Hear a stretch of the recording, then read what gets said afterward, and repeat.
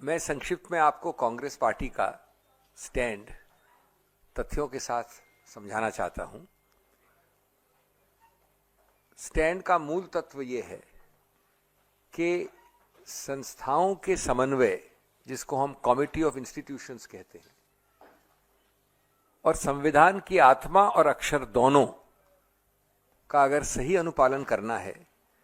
तो ये आवश्यक है कि एक ऐसा पारदर्शी, निष्पक्ष, संतुलित निर्णय लिया जाए जो जनहित का हो, जो गणतंत्र के हित का हो और जो एक समतल जमीन लेवल प्लेइंग फील्ड, जो हमारे गणतंत्र का आधार है और संविधान की नींव है, उसको सबसे उत्तीर्ण स्थान पे ले जाए। तो ये कांग्रेस का स्टैंड है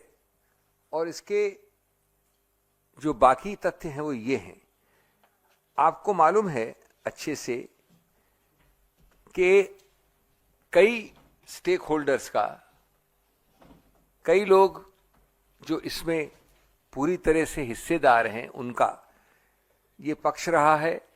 ये स्टैंड रहा है, ये मत रहा है लगभग 2-3 साल से, 2-2.5 साल से, जब से एक नया एक्ट आया,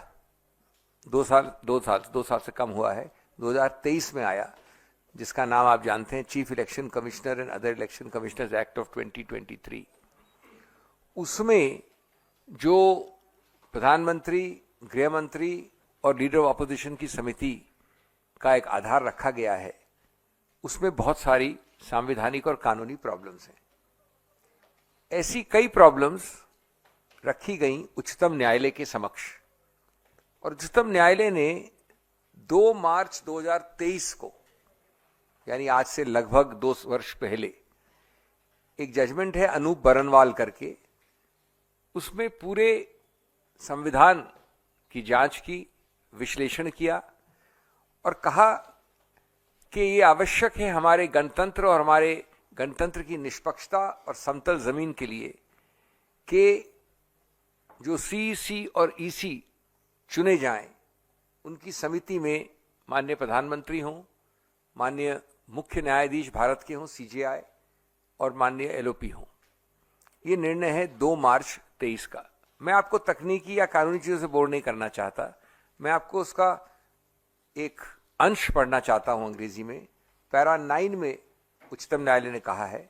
the executive alone being involved